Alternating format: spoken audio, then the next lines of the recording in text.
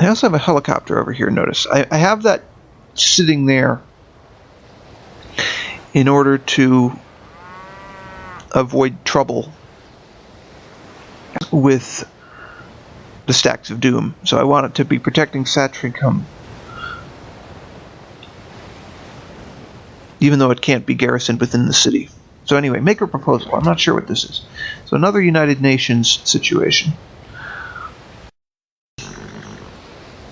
Propose a resolution, okay.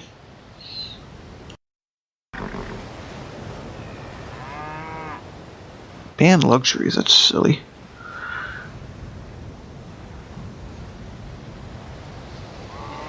Enacted resolutions versus possible resolutions.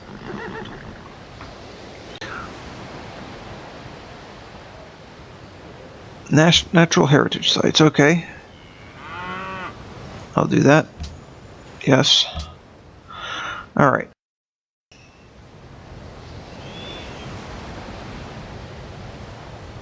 So I have my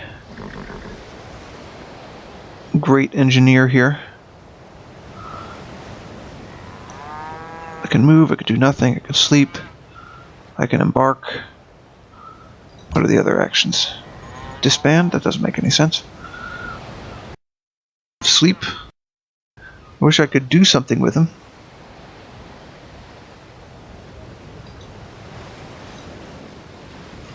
Maybe I'll just skip the turn.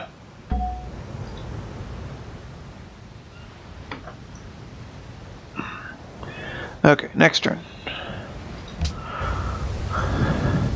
You can see some of the cargo ships here moving around.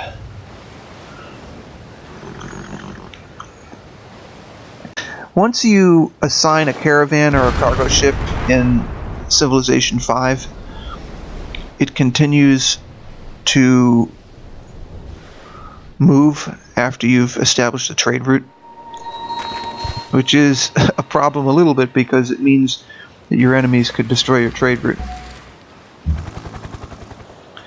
Alright, so my helicopter is returned. Put it back in alert mode. See if there's anything else to talk about with this.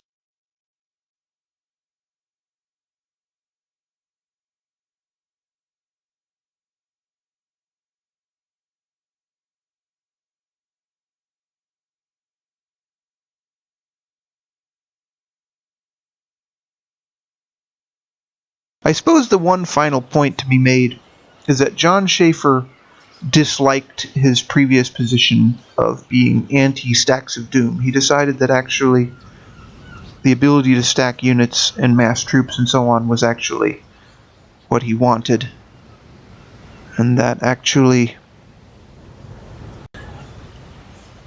he had never intended for it to become such a mess. Looking at the graphics here to see if there's anything else to show off.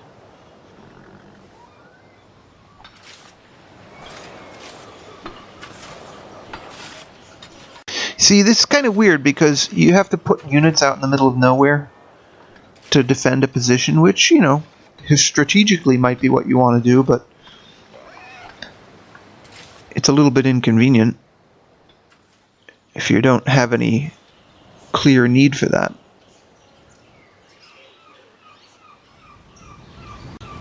The Arctic is modeled like this. You can't actually put any units up in the Arctic, which I find somewhat irritating.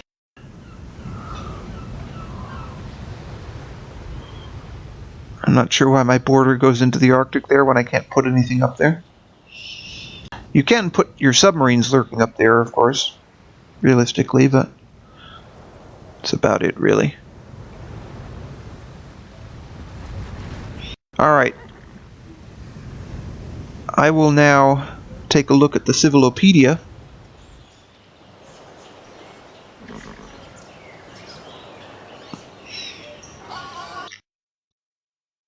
This is the Civilopedia. So, if we look at the home page, they give a quote carried over from Civilization 4, of course, although not necessarily in the Civilopedia. Then we have the game concepts, I think I should look up the victory conditions here, because I'm still looking for the so-called religious victory, and I have not found it here. I think probably this is an urban legend at this point. Then we have cities, so how to build cities, and so on. Very, very complicated, which is positive, except one of the basic things that you need, which is to garrison troops there, you're not allowed to do. Combat rules. This mostly is about the many classes of unit. You can see how I'm skimming over this because there is so much in this, because there's so much in the game. Then technology. Technology and the beakers, of course, symbolize how much technology you have towards an advance. And then you have the mighty technology tree, which they don't show you, which is kind of annoying. But you saw before that it is included in the game. Diplomacy is very complicated, and that's generally a good thing. Social policies, this is basically the civics and such. And religion. Let's see what they say about religion. So, still it's basically about religious dominance, even though you may choose free religion and do away with that, or the other possibility is you can win, in other words, completely overwhelmingly have one religion controlling the whole empire. But as far as I know, I haven't found a religious victory anywhere. Actually, let's take one more look.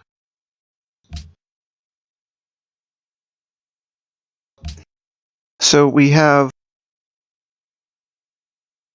majority religion. So each citizen in the city is either an atheist or follows religion. Natural and deliberate spread of a religion to a city converts them, and once one religion has a majority of citizens as followers, this city will be considered to follow said religion. At that point,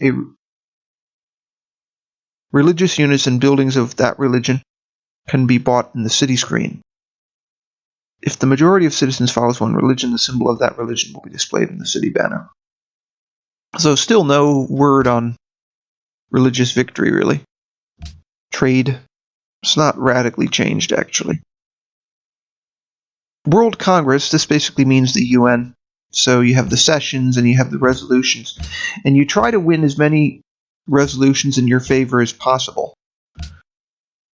Once half the civilizations reach the atomic era, or one civilization reaches the information era, the World Congress becomes the United Nations. It's just a change of name.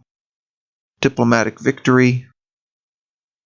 So it says, once half of the civilizations reach the atomic era for one civilization, or one civilization reaches the information era, the World Congress becomes the United Nations and diplomatic victory becomes possible. So you can't win it before the atomic age. To win diplomatic victory, a civilization must receive enough delegate support on a world leader resolution. Unlike other resolutions, the world leader resolution cannot be proposed by a civilization.